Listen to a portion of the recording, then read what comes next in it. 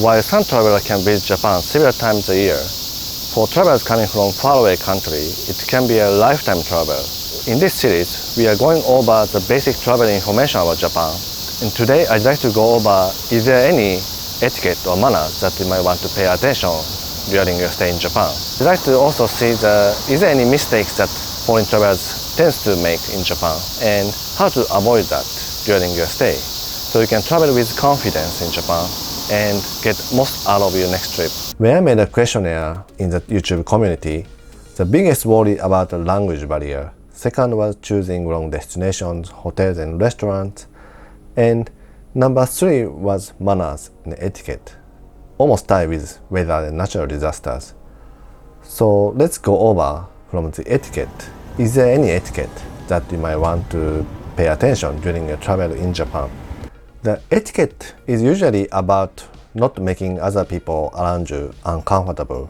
And one good example of the etiquette is that you cannot use phone on the train in Japan. It's not a legal thing. You don't get penalty or you don't get caught or something, but you don't see anybody using phone on Japanese trains. But that doesn't mean you cannot have a conversation on the train. As long as it's not a loud voice, you can have a conversation with your friends or with your family or in the group. But for the phone, it's not allowed on Japan.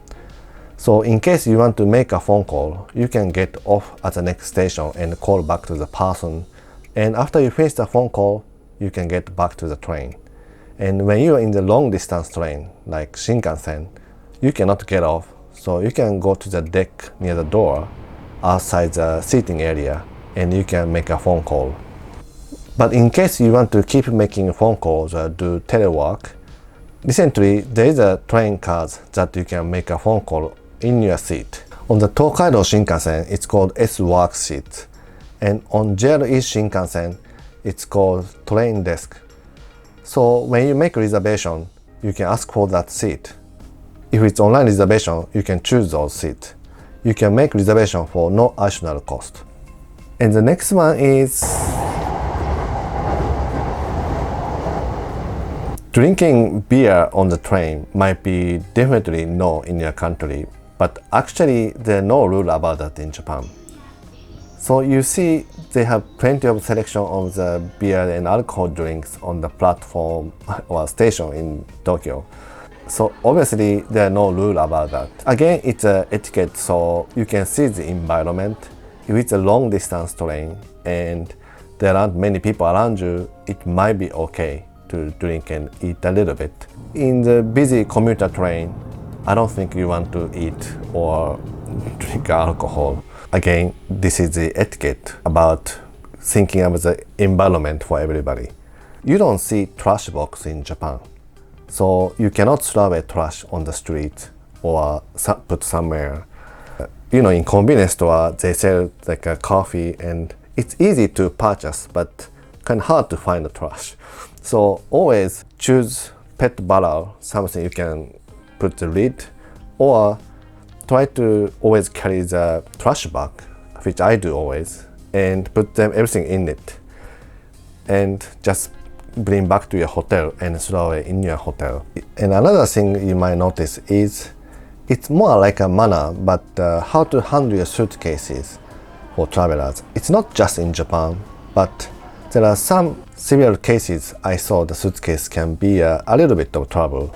And one was a guy dropped a suitcase in Shinjuku station from the top of the escalator and went to the bottom. Fortunately, in Tokyo, everyone was on the left side of the escalator, so the suitcase slid down the right side and nobody was injured. Everyone was surprised, but the person dropped looked like almost having heart attack. Fortunately, everyone was okay, but you might want to make sure your suitcase is in the safe place. And next case is in the Kyoto's bus, famous for being so busy, but I saw a big group of tourists. Each of them has a big suitcases, and one local old lady sitting in the back couldn't get off. In the Kyoto bus, you get off from the front, so it was so difficult to get off. In case you have to get on the bus or in the big group and each of them have the suitcases, you might want to consider using taxi or get a hotel near the train station so you don't have to take a bus with big suitcases. But when you pay attention to some etiquette or manners, probably something you worry the most is about the cultural habit or customs of Japan. And then do Japanese people that strict about that or to manners or etiquette? Probably no. Japanese temple shrines are very generous, and they don't say much about how your attire or how you behave there. It's more like it's like everyone smiling when you visit there. It's more like a fun place. You get kind of fortune telling thing and kind of scream, and it's kind of like a festive place. So it's not something you worry too much about. But it's a good opportunity to share something I notice in daily life, so let me share that with you. One thing I notice in temple and shrines are, in shrine you pray with 2 bow, 2 clap, and 1 bow at the end. But sometimes I see people doing that in the temple. In the temple, there are lots of different ways, but usually you don't fail big if you just hold the left and right palm together and pray. Usually it's okay to do this in the shrine because it's quiet, but sometimes it's really outstanding if you clap hand twice in the temple, and sometimes I see that some temple has a sign that please do not clap hands, but usually no. So that's something what I notice. But it's also important to know that just when we see foreign people are praying like that, we really appreciate that they are very respectful for the temple and shrine. So it's not a big thing that to worry about. Something the biggest don't in Japan is worrying about too much about the manners and etiquette, and you cannot enjoy your travel. So as long as you are watching this channel and watching this video and paying attention to others, probably you are a decent person that not annoying others around you in your country, and you'll be the same in Japan too. So as long as you are thoughtful to others and the environment, you don't have to say too much to be careful to yourself, to your parents, to your partner, or to your children. So I hope you enjoy more the travel without worrying too much.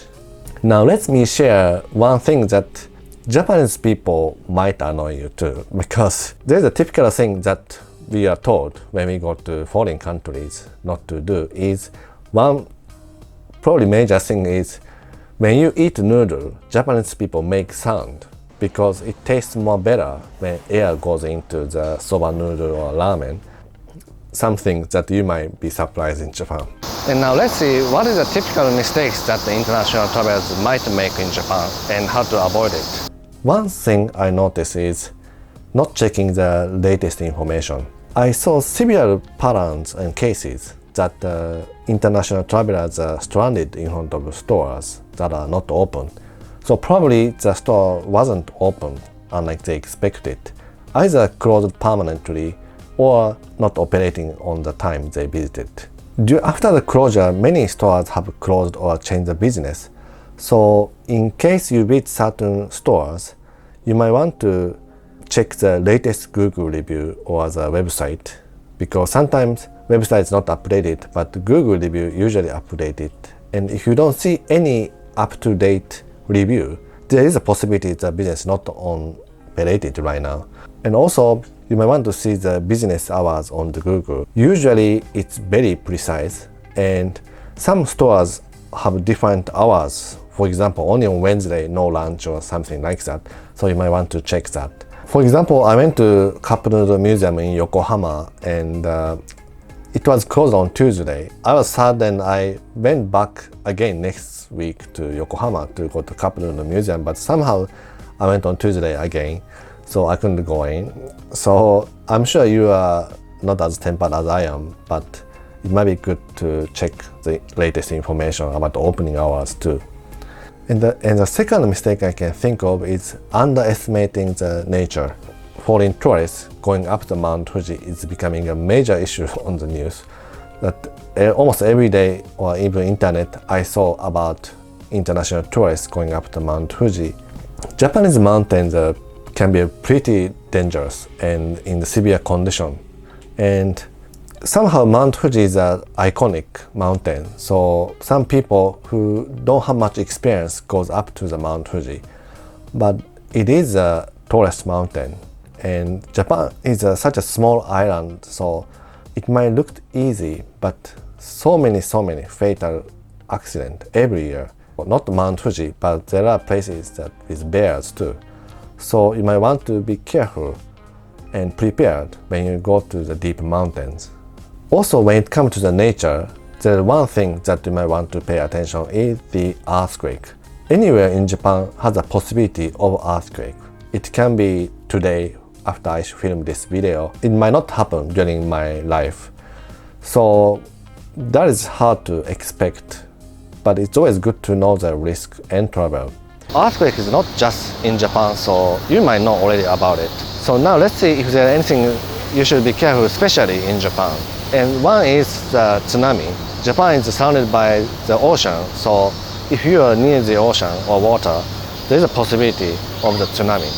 And another one is the congestion of the city like Tokyo, because there are so many people, and when people evacuate, everyone might go to the same small spot at the exit or little sidewalk of the street, and you might end up you cannot move anymore from there. And the third thing is a fire. If you are staying in the area with lots of wooden houses with small narrow streets, there's a possibility of the earthquake and fires right after that.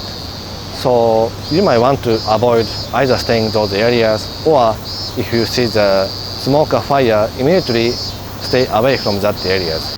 I really cannot say how to escape or how to protect yourself, because it really depends on the situation. And when I say something, probably you remember what I said. Oh, Kenchan said that, so let's escape to this direction, and that might be the totally wrong way. So probably make another independent video about this. But and then from daily basis, are Japanese people being very careful? Is probably no, because it really depends on each person's perception. When I see the line of the restaurant with a really small kind of basement restaurant or something, I never go there, because I'm always just afraid of the small kind of space, and like I always think like, what if there's an earthquake when I'm there. Also, I always carry water and foods and snacks, and lots of snacks and foods when I get on the long distance train too. That is something I'm being careful, and I recommend you to be careful too when you are here, and when you're on the hotel or when you got a long distance train. It might be a good idea to always carry water and foods with you, even when you get on just a subway. To get the most out of your travel to Japan, you might want to check as much as possible information, but at the same time, I see some overly praised places, and I'm not gonna mention anything because I don't wanna hurt the business. But for example, I went to Tokyo City View in Roppongi recently, and I was surprised really nobody goes there. It's a great view spot that I like the most in Tokyo. You don't have to make a reservation, you can just go to the rooftop, and so you don't get locked up by the reservation. Something really not many people, and you can be in the perfect timing before the sunset. But usually people go to other observation deck because it's more popular and everyone talk about it. So it might be sometimes good to see different guidebook, something with not too many pictures, and maybe rely on your sense when you come to Japan. Something make your travel interesting, in my idea, is reading the fiction novel. Like one example is the Old Capital from Kyoto, and this one is a little story by the Nobel Prize author Kawabata Yasunari, Yasunari Kawabata in English. And it's a little story about Kyoto, but something like just a scenery that you pass by if you just as a traveler becomes a tasteful, good scenery if you have some novel, even if it's fiction. So I think that's one way to make your travel interesting.